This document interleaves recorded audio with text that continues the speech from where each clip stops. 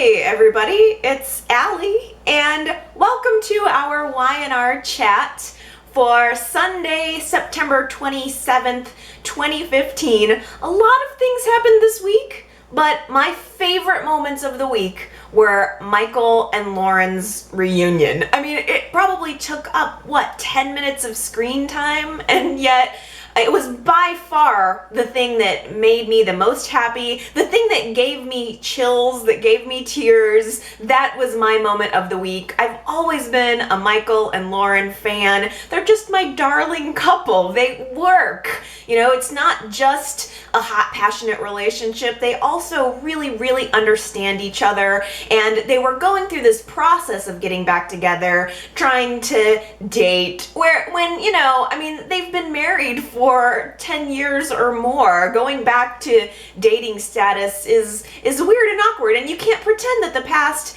was never there. So just seeing them having these easy scenes at the coffee house, I loved that, but I appreciated that they kind of decided to forego the formalities and really dig into who they are, what their relationship is. And I just got completely teary when Lauren asked him to just come home. Just come home.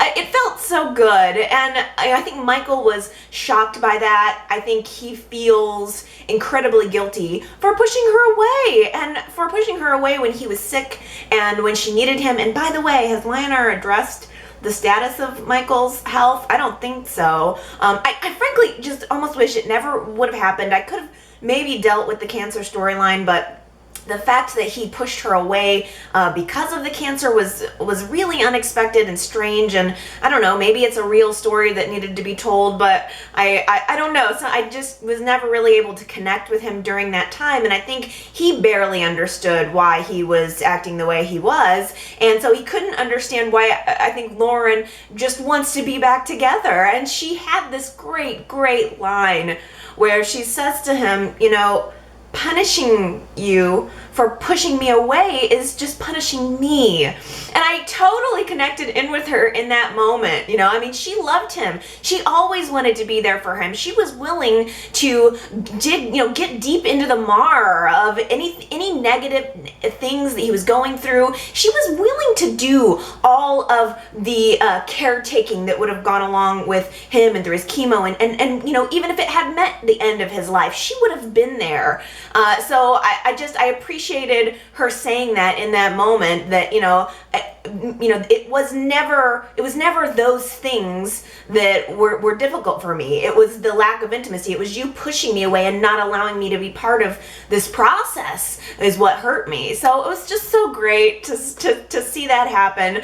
He agrees to move back home, and it's followed by this passionate kiss, and yay! I'm just so pleased. I can't wait to see more Michael and Lauren. It kind of almost seems like Y&R is resetting us a little bit, and we're getting back to where we were before all of this happened. Lauren even went to the athletic club, and she had this scene with Lily where they had an open conversation about everything that had happened, and Lily said, Kane forgave me for everything that I did, and so there's no reason why I can't forgive you. So I guess the Lauren and Kane little affair thing is officially squashed, which is totally okay with me. I'm team Michael and Lauren. So the only question I have left is, when's the remarriage? Y&R better give us something spectacular for the reunion of this couple. I was so on board with the Neil, Hillary, Devon storyline just 2 or 3 weeks ago. I was completely fascinated, and now it's starting to lose a little bit of steam for me. I'm having a hard time figuring out, what Neil could possibly be thinking. He's just got himself into a trap that I think he doesn't know how to get out of now. We maybe thought that he was a little bit more conniving, a little bit more with a little bit more forethought than he was. I just almost think Neil tripped into this huge mess. He told one lie, did one nefarious thing, and then all of a sudden snowballed into this huge, crazy incident with Hillary and having her in this boathouse and having to steal and lie to get medication for her. It just got out of his control so quickly. And Gwen seems to be the only one who has the brains to catch on to Neil. She's always questioning him. She's the one who is actually digging in and saying, hey, let's look at Neil. He's being weird. Yet, at the same time, she is beginning to fall in love with him. And she doesn't want to think the worst of him. But I felt so bad for her. Gwen is becoming a victim in this as well. She followed Neil out to the lake house and tipped Devon off to the fact that he was there. It was so awkward. Devon shows up at the door and Neil has to, again, make up some wild lie about how he's fixing up the house, Hillary's dream house, to give it to her. And Devon, who believes that? How could anyone believe that? Why is no one else looking, or no one else close to him looking at Neil? Where'd Nikki go? I mean, I guess he blew her off so that she wouldn't be able to catch on to him, but apparently it's Gwen. Gwen's the only one who's able to question him. It's just, I mean, obviously we've got the whole Dylan, Kevin, and Devon trying to work on the pilot and find out where Hillary could have possibly been. But it's just that part of the story, for some reason, I think maybe that's where it's starting to get icky for me.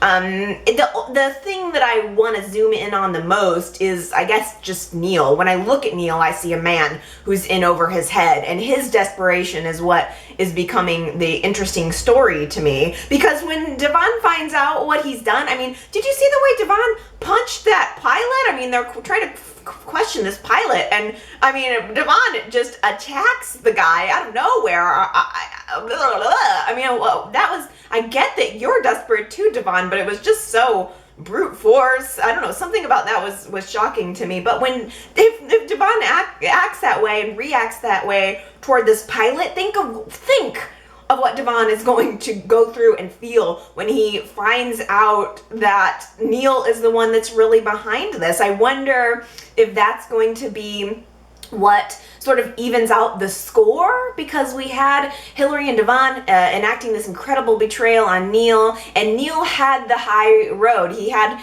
the higher ground because of that. But now, after everything Neil's done, all that's going to be wiped away. And I don't know that there's any chance we're going to get out of this anytime soon. I feel like we're going to be stuck in that boathouse for at least another month, because they've got the obviously the actress is no longer on the show. She's off on her maternity leave, and YNR's got just somebody in the bed and the face is shrouded, which is kind of funny and classic soap. But I know that the actress was wanting to come back to work right away, and it's understandable that there'd be a gap. I just hope it's not going to be too much longer of a gap.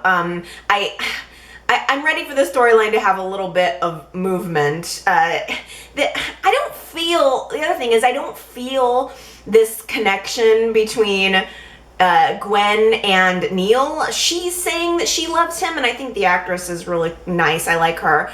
But Neil had this moment where he talked out loud this week about how he's starting to fall in love with Gwen too, and I don't feel that connection. It's like, I don't know, I would have rather believed that Neil was still in love with Hillary, and that's why he was doing all of this. The Gwen factor, I want her to bust him out. It's fine if she wants to bust him out, but if a love story is going to develop out of this, I'm not into that. I mean, and plus, he can just say goodbye to any possibility that he's going to have a relationship with her once the truth comes out. Once everybody finds out all of these horrible things that Neil's done, nobody's going to want to forgive him.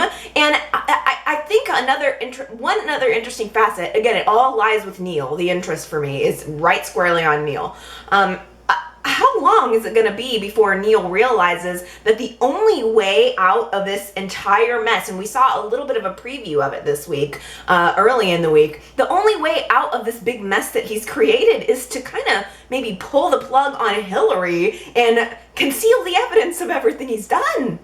I'm really glad that Noah figured out what was going on between Marissa and Luca. It was unbelievable that Marissa and Luca would be having all of these veiled conversations about Luca's wife and Noah sensing Marissa's discomfort. Marissa clearly uncomfortable by Luca, and Noah wouldn't figure out what was going on. That was becoming unbelievable. So I'm glad that Y&R didn't just decide to make Noah be a dupe for another who knows how long. He just, again, from watching one of these uncomfortable conversations between them, Noah just confronts her and says, you know, I don't know why you're lying to me about this. You know, it's less that I'm upset about you being married. I'm upset that you're lying to me about it. And that is the truth. There's really not a good reason why Marissa couldn't have come clean with Noah about the fact that she's still married. I think he would have been able to handle that a little bit more than the lie. But then again, therein kind of lies the crux of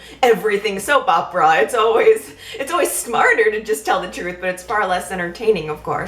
So Noah finds this out and he ends it. Can't say I blame him. He's just so like Nick in that way. There's always some woman trying to keep some secret, and he's always gonna end up being a fool in love at the end of the day.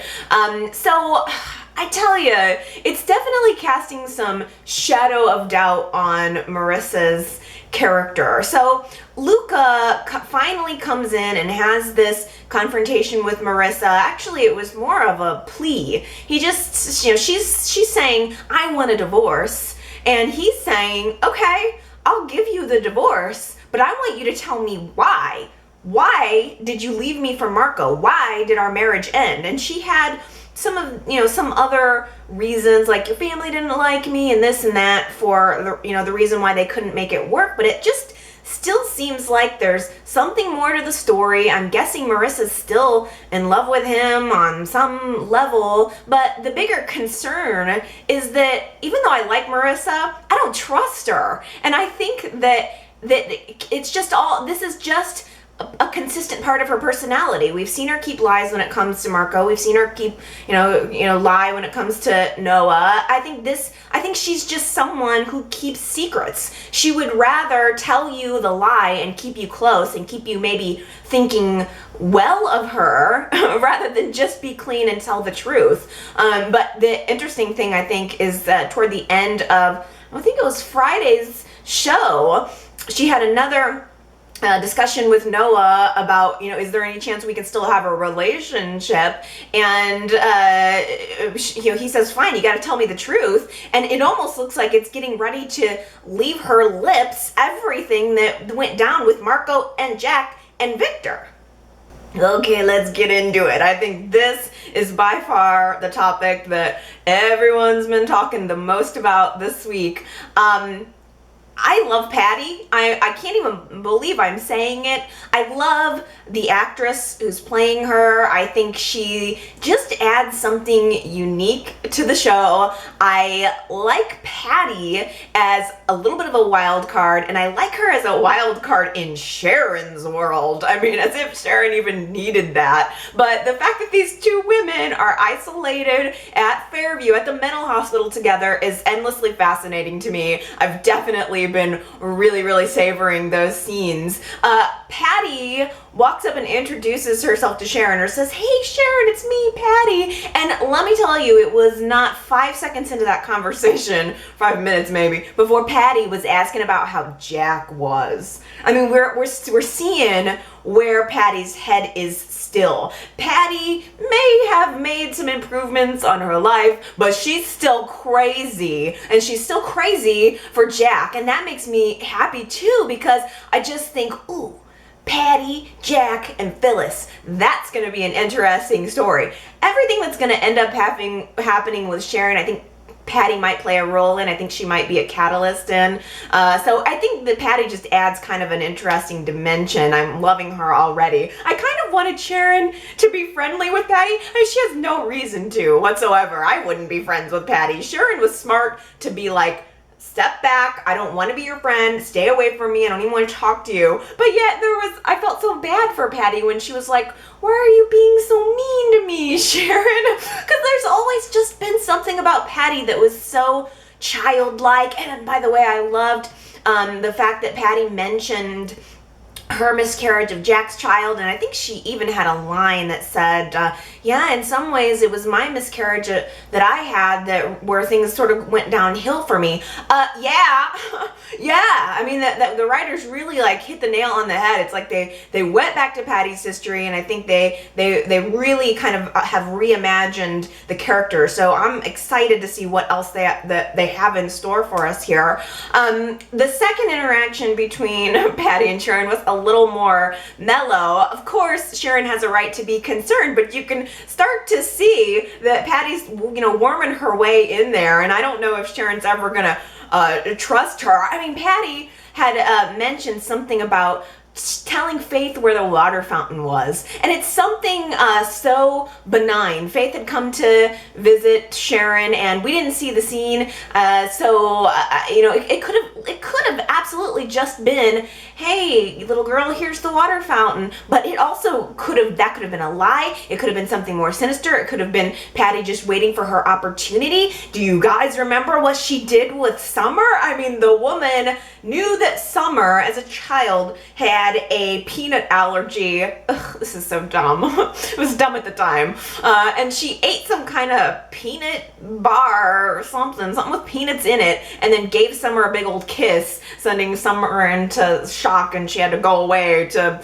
some kind of facility to recover. I mean, the woman is devious. She has no boundaries, and partially because she's insane, but that kind of makes her really, really fun. So that's from a viewer perspective, but I understand why Sharon would want Patty nowhere near her. But I mean, I don't know, maybe you guys can tell me if you felt this way, but I felt bad for Patty. I think maybe it's just me, underdog. I always kind of got to root for the underdog, but I felt bad for Patty because it seems like she has no friends. She's still talking to stuffed kitties, It's sad, but I understand it. But there was also this moment where Patty was trying to defend herself to Sharon, and she said, I know I've done a lot of bad things, but how would you like to be judged solely on the mistakes that you've made in the past or the things that you've done in the past? And that line just dropped into the center of that room like a bomb, because that's probably going to be where Sharon turns. Sharon knows that feeling better than anybody. What if anyone would understand what it's like to feel that way, it's Sharon. So that was such an important, monumental moment that I think, is where we're gonna see maybe maybe see Sharon's attitude toward Patty turn a little bit, maybe not.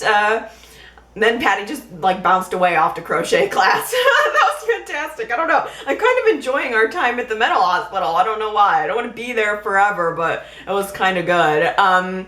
Sharon, of course, she had, Dylan had brought Faith earlier in the week to see Sharon, and then Noah and Mariah came to visit Sharon, and she's been having conversations with her doctor, and of course, all of these conversations are pretty much being overheard by Patty. Patty's taken a special interest in Sharon, probably because she's connected to Jack. So Patty ends up overhearing Sharon talking about the fact that she had a miscarriage. Now, Sharon was talking to Mariah, and Mariah still thinks Sharon's pregnant, but Patty heard that Sharon had a miscarriage, and she immediately was like, what? She ran to the doctor and was trying to tell the doctor that Sharon was not pregnant. I don't know if the doctor's going to end up picking up on that and maybe figuring out that Sharon's not pregnant. I'm not sure, but Patty is not the person that you would want to be keeping your secret. I mean, she's number one on the list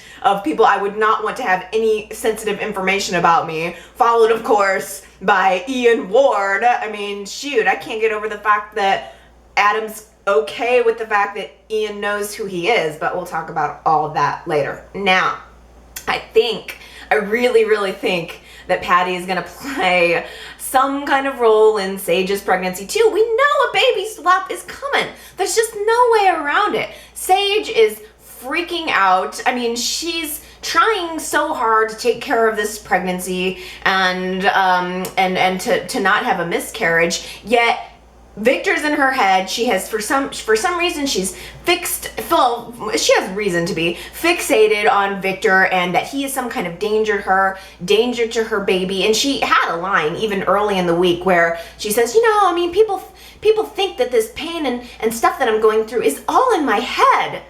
I mean, right there, I'm like, the woman's gonna end up in the mental hospital with Sharon and Patty, or one or the other, and her baby's gonna get taken from her. I think we really are going to see a repeat of what happened between Sharon and Ashley like 10 years ago. It makes complete sense to me. So that's where I'm looking for it to go. Sage this week had a collapse. She fell down on the floor, and Victor happened to be strolling by, and he saw her, tried to help her, but Sage did not want his help. She was freaking out, saying, "Don't touch me, Victor. You can't have my baby." Ugh. She was so desperate and sad and afraid in that moment. I felt terrible for her, and I felt terrible for Victor because he just walked in on it. He's just trying to help someone. He does care about Sage. I think he probably cares about the baby she's carrying, which I can't understand why Sage feels the way she feels. She's feeling kind of a blown up, intense version of it, but I understand. Victor probably doesn't care about her, I guess, at the end of the day. He really does care about his grandchildren and his legacy, and there's something completely creepy about that. So I can understand how Sage would feel that way, but it was really an intense moment. Victor gets her help, calls the ambulance, they send her off to the hospital, and Nick finds out about it, and even though Nick's trying to stay calm, Victor's kind of hanging out in the background, and Nick really laid into him. He just let it all hang out to Victor and said, Sage's fear isn't completely unfounded. Look at what you did to Chelsea and Connor, forcing her to stay in the country and not be able to live her life because you wanted to keep them close. Don't you think maybe Sage has a reason to be concerned? Don't you think maybe it's possible that what's going on with Sage is happening because of you? Ooh, it was really, really intense. And again, I felt bad for Victor. I can't help it because I don't think it's necessarily blatantly his fault, but I felt bad for him. Ultimately, Stitch diagnoses Sage with some kind of intestinal infection, and she's able to go on her way and nothing's wrong for now. Nick apologizes to Victor, and it's sort of like, okay, well, I guess we're back to square one. Maybe Sage isn't, maybe it isn't in her head, but I can't, there's just, we've got one woman trying to fake a pregnancy and another woman who is pregnant and connected. There's no way this doesn't end in a baby swap. A mental breakdown and a baby swap. That's where I think that's going. And I think that Nick is going to be too busy trying to hold things together at Newman Enterprises to really be able to notice. I mean, he's committed himself to making sure he can work at Newman, but only if Sage doesn't need him. But Sage is going to continue to encourage him to work, and all the while she's going to be spiraling down into insanity. That's what I think anyway. Now, the Paragon Project is worming its way into Newman and Jabot, and inflating things and deflating things, and in general seems to be trying to make Jabot look very good and Newman look very bad. So the Paragon Project virus somehow got into the Newman computer system under Victoria's login information and authorized a sale of a $1 billion shipping company that Newman Enterprises owned and was prized and loved. And lucky Jabot happened to have been like, I don't know what sort of system they have where $1 billion companies, was it like eBay or something? All of a sudden, like, $1 billion company comes up on eBay, and Ashley and Billy are there, and Billy's like, buy now. So they clicked buy now, and they bought Victor's company. It's actually a pretty good thing that Jabot was the one that bought it, because if anybody else bought it, they wouldn't even consider giving it back. Jack is telling Ashley, wait a minute, I'm kind of heading up this whole Paragon project thing. Everybody at Newman says that they didn't intend to sell the company, that it has to be because of this virus. So the only moral thing you can do, Ashley, is to give it back. Give it back to Newman at whatever you paid for it. Let's just get rid of it. We don't want to illegally acquire it, and we don't want to be involved in this mess. But Ashley, I think probably if anybody other than Jack had told her that maybe she should give the company back, she might have done it. But the way Jack kind of told her to give this company back to Victor didn't settle well with her. It made her want to fight all the more, saying, no, I want this company to be a success under my leadership. There's no way I'm just going to give it back to Victor. He wouldn't give it back to us. So I'm keeping it. And Jack is not having it. They end up calling this quickie board meeting to decide, and I think we can all guess which way it was going to go. Of course, the votes came down and everyone decided to let Jabot keep the company. One thing that's sort of interesting, again, this is probably such a weird little thing to focus in on, but Lauren came in to the board meeting voting on Tracy's behalf. First of all, who would have thought that we would see the day that of all people, Tracy would choose Lauren to vote her board seat at her father's company? I wish that they would have just had Tracy come on herself. I thought I heard something about the actress saying that maybe something wasn't copacetic, like maybe the relationships with the new writers or whoever's in charge maybe wasn't totally jiving with her, or they didn't want her, or I don't know, maybe it's just gossip or something, I don't know, but I seem to remember reading something about the actress coming out and saying that they didn't want her.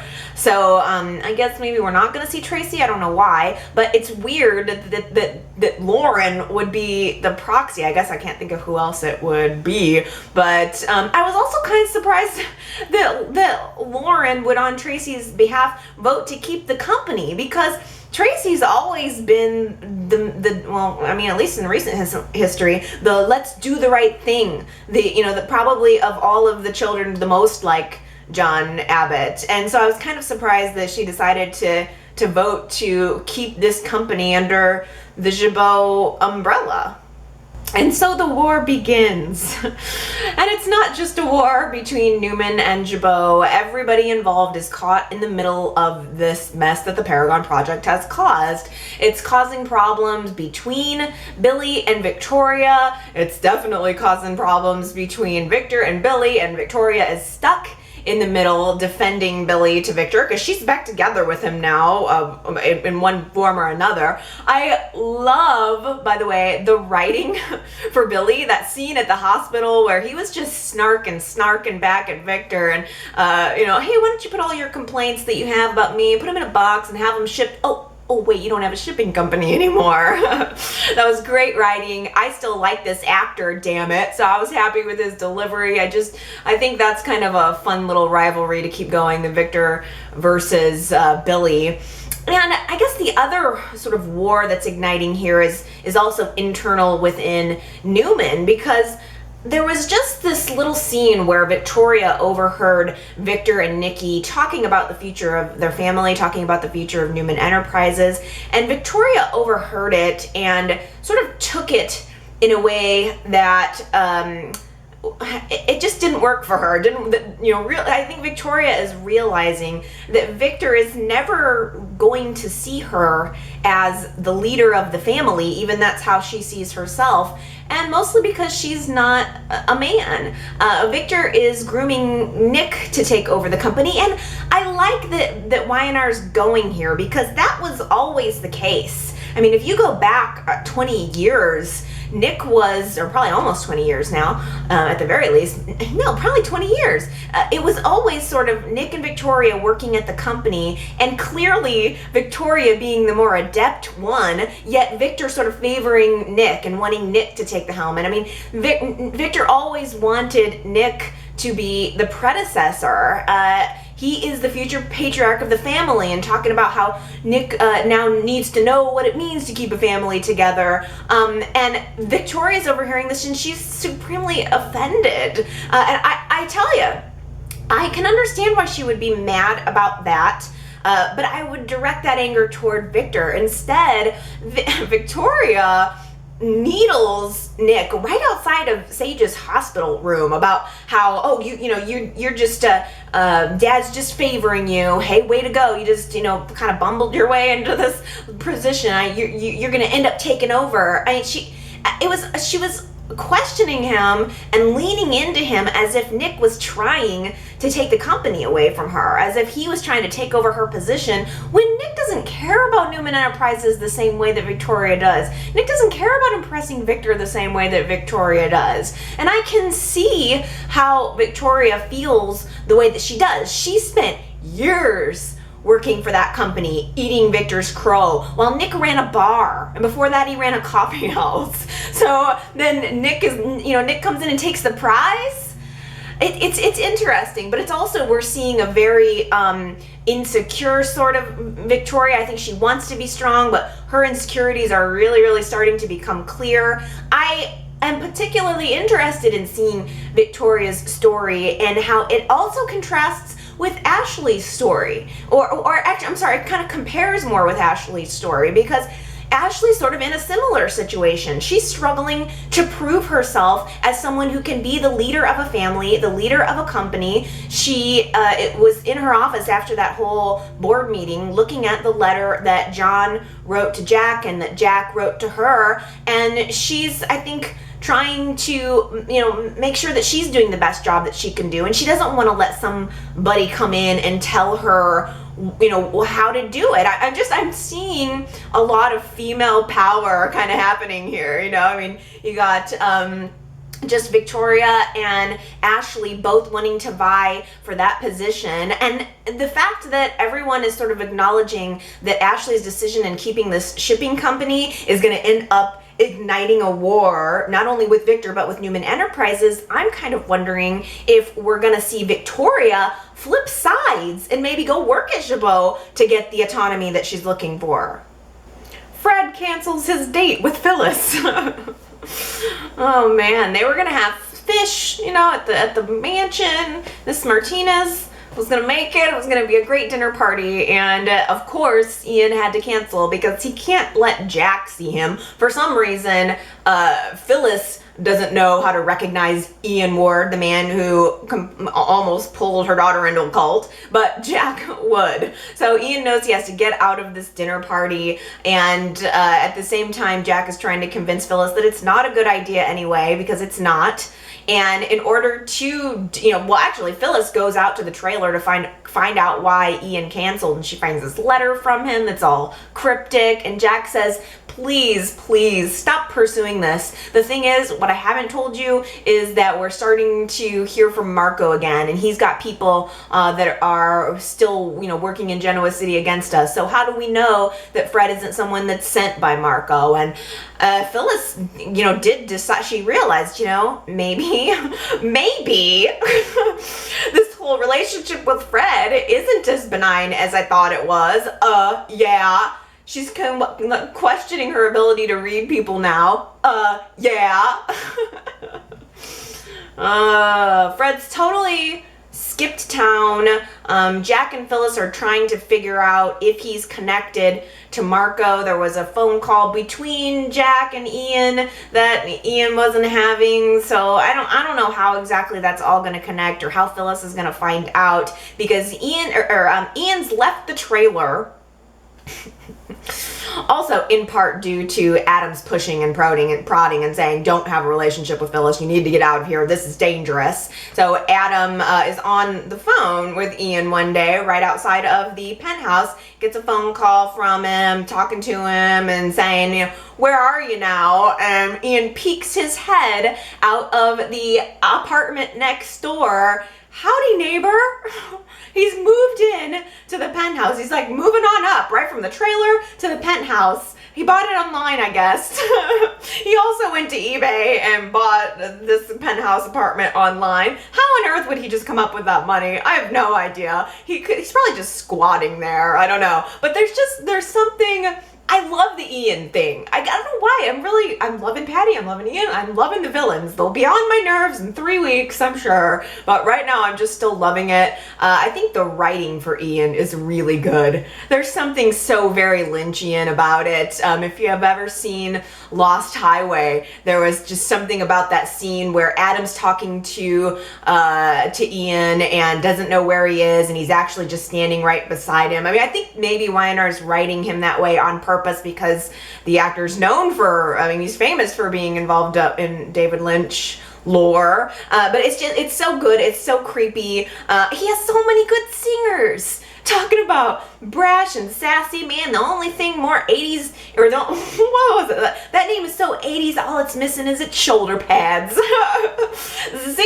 I mean, like, who wrote that? That's so good, except I like brash and sassy. The name that I don't like is Chelsea 2.0. That's so 2001. I don't know who decided to name it that, but it was dumb. But Ian, he's just got so many really good lines. He's got a lot of good juicy things to do. I kind of like how he's become insidious in Adam's life. All of a sudden now, not only is the Paragon Project and Ian Ward becoming dangerous to Chelsea's fashion line, but now the devil has moved in across the hall. I mean, Adam's got Chelsea and a small child living in this condo right across from a psychopath who's escaped from prison.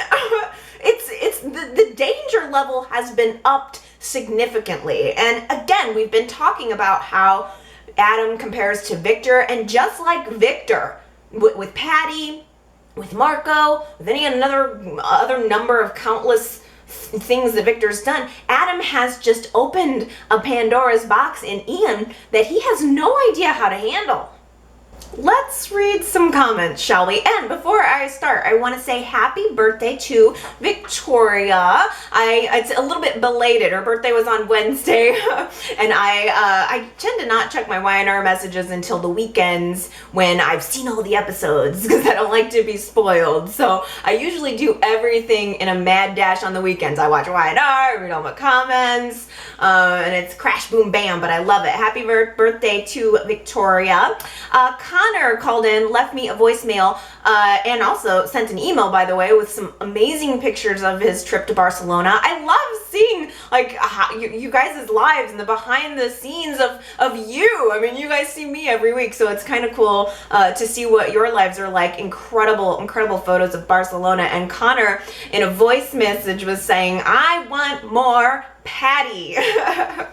And this Patty and this Phyllis would make a great rivalry. I so agree, Connor. That's exactly what I was thinking. I think the fact that we could possibly see this Patty and this Phyllis going head to head, I mean, it's gonna be epic. There's something about that that's more exciting than anything else for me. I'm loving it. Gary called into my voicemail and said, I like the high and mighty, I'm better than you attitude that Sharon has toward Patty, but you know those two are going to be having their heads together by next week. I think that's a really good possibility. Although I will say, let's see, who else? Noiram, I don't ever know if it's Noira M or Noiram, on YouTube says, possible scenario, Patty will steal Sage's baby in the hospital to give it to Sharon to be her friend again. The question would be, will Sharon give the baby back or pass it off as her own? In this case, only Mariah would know the truth. I like that theory because it doesn't make Sharon culpable for the baby swap. It allows us to have the baby swap, but Sharon is not so completely insane that she does it. It just kind of puts that, puts Patty into the mix to be the catalyst for that. I think that's really interesting. Vinyl Collectors on YouTube says, Allie, I think Sharon went to the psych facility so that she could hide the fact that the baby's not as far along as it should be from Dylan. I think she's had a mental break and thinks that she did get pregnant again, and she's there to let the baby develop without being under Dylan's watchful eye. That's interesting too. I feel it's kind of the interesting thing. I don't know where Sharon's head is. I don't know if she keeps blanking in and out of reality. I don't know how willful she is about, duping Dylan on the baby, that she's pregnant. It's so interesting to me because I can't quite peg where Sharon is. I feel like I can't quite peg where Patty is either, because there's a part of me that wants to think she's not entirely crazy, that there's something about her or where she can be possibly okay. Actually, Gary had asked a good question in a voicemail that I wanted to ask you guys. He said, what were Patty's criminal charges when she left last? And I don't remember, and I was kind of hoping maybe you guys could refresh my memory on that, because I guess where was Patty when she last left? It was the whole Emily swap thing. So didn't she like switch places with Emily in the mental hospital and go out and wreak her havoc, probably getting Jack, who knows who she tried to kill or maim along the way. But it'd be interesting to know or to get a refresher on the last time we saw Patty. I probably should have researched that and put it together. Sorry. I'll just leave you the question and you can tell me.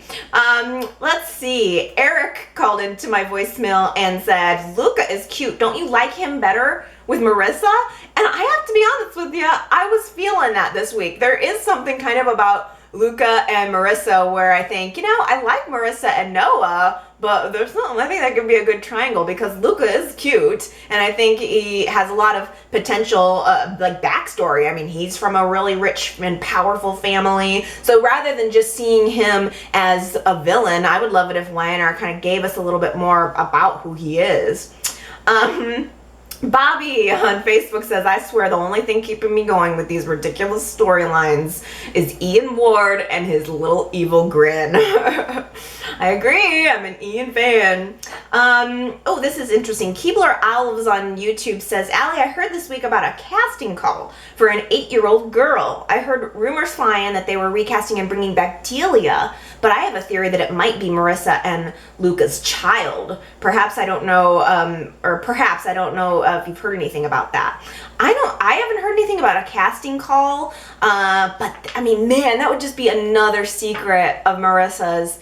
Shoot, and it could be a reason as to why she didn't divorce him or didn't pursue. I don't know. I mean, that definitely is a possibility. The Delia, I'd be surprised if YNR brought back Delia. I don't know how on earth they would explain where she would come from, but I do still feel like, I mean, we got to resolve that sooner or later. It seems like we've got to be closing in on Adam's big identity reveal. And as soon as they reveal that Gabriel is Adam, they have to send him to jail for Delia's murder. So either we need to get some new evidence or Delia's not dead. I don't know. I don't know ultimately which would be the harder one to explain. So last week we did another Soap for Soap fans giveaway where I asked you guys a question and you emailed me your answers, and I'm putting you into a drawing to win this bar of handmade by me oatmeal, milk, and honey soap. It smells good. I think you're really gonna like this one. One of you guys is gonna win it. Now, first, the question that I had asked is for you guys to email me one word to describe Adam. And I thought this was going to be such a difficult question because I thought about it all week and I struggled a little bit to try to describe a character as complex as Adam with just one word. Now, I don't know if you guys love oatmeal, milk, and honey, or if you really wanted to describe Adam, or if more people were just watching the video and listening to the podcast, but I got a ton of responses. I'm absolutely shocked, and I wanted to read you guys some of the incredible words that I got here for describing Adam. So I got tragic, conniving, angry, relentless, devious, torn, duplicitous, complex, anti-hero, tortured, ambiguous, envious, nefarious, sphinx, dastardly, devious, and colorful. Wow. Those are really good. I really do like tragic because it's so true, and I like tortured too. I really struggled to think, okay, well, what would my answer to this be? The best I could come up with was selfish. And I don't necessarily mean that as being in a completely negative way. I think Adam is self-centered. I think that everything he does is to facilitate something in his own best interest, which again is what makes him very similar to Victor, to me anyway. But I think the beautiful thing about this exercise, having all these words for Adam, I think that they're all true. I mean, every single one of these words is true. I mean, it'd be hard to boil anybody down into one essence, but certainly I think that he kind of embodies all of those things at once. But thank you so much for all of your emails. That was incredible and amazing, and I loved reading them. I did look at those all throughout the week, and I'm like, oh my gosh, that's so good. You guys are so much better than me. You guys are like poets. I mean, I never would have come up with several of those. I mean, shoot. But what I did is I put all of your names and the word that you said into a bowl here, and I'm going to draw it now and see who wins the bar of soap. I will wrap it up all nice, and I will mail it to you wherever you are in the world. I'll email you to get your address, and you should be receiving an amazing, lathery, luxurious, beautiful bar of soap from Allie. Yay! All right, so I'm gonna take a minute to mix this up. You know, I want to make sure I'm getting a good scoop in here, and I'm gonna pick one. All right, okay. The suspense is killing me. Okay, I'm close my eyes. I'm gonna pick one. I'm gonna dig deep. Okay, I've got it. The winner is Bobby T. Yay!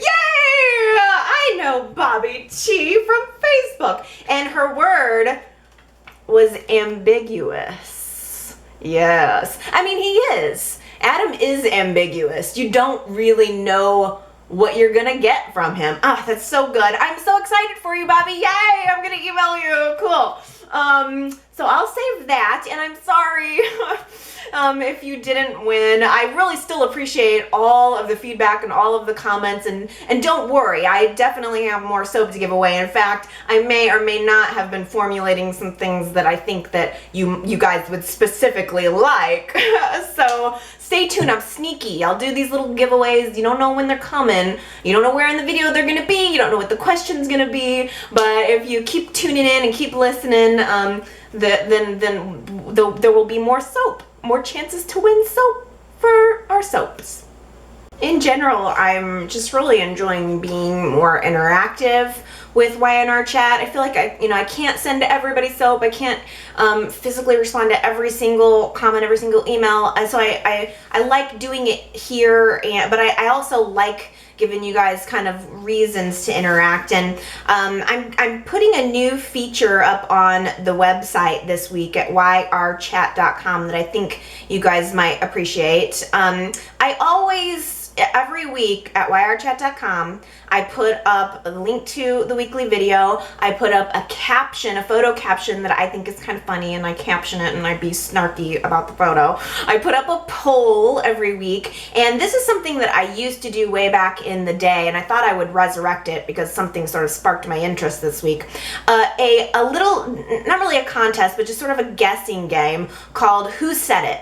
Okay, so what I'm going to do is, as I'm watching the show throughout the week, if a particularly quotable line comes up, I'm going to throw it up on the website, and if you guys want to check it, usually probably more on the weekend or the beginning of the week, then you can enter in your guess for who said the line. See how astutely that you've been watching the show. Now, I think some of them are probably going to be harder than others. I never quite know what I'm gonna what's gonna strike me. But I'm gonna read you this week's line, and you can guess who said it. I think this one's gonna be hard, but the line struck me, and I wanted to put it out there. So this week's quotable is, "Fear never got anyone anywhere."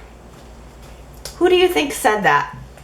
Maybe you know, maybe you don't, maybe you just want to guess. Go to yrchat.com and just submit your comment. I'll wait to approve them all, and then I'll look through, and if you guessed correctly, I will read it at the end of YNR Chat next week. So if you want to guess and get a shout out, it's yrchat.com. And of course, I always love hearing your comments, reading your feedback. I read every single line of text that you email to me or leave somewhere. I listen to every single voicemail in its entirety. So please don't be shy. Let me know what you're thinking about the show this week. There's a couple different ways you could do that. I love listening to voicemails. My phone number is 309-588-4569. I think you get like 3 minutes before the beep, but if you want to leave more than one message, that's totally okay. You can, of course, go to yrchat.com and leave a comment on the blog, and you can from there find my Facebook and my Twitter page, and you can leave comments through there, like whatever works for you. Oh, you could go to YouTube and see video. You could go to iTunes and find the podcast. So there's lots of ways for you guys to tell me how you're feeling about life in Genoa City. Don't be shy. I love hearing from you. Okay, that's it for me for this week. It's always such a pleasure chatting with you guys, and I will see you next time. Bye.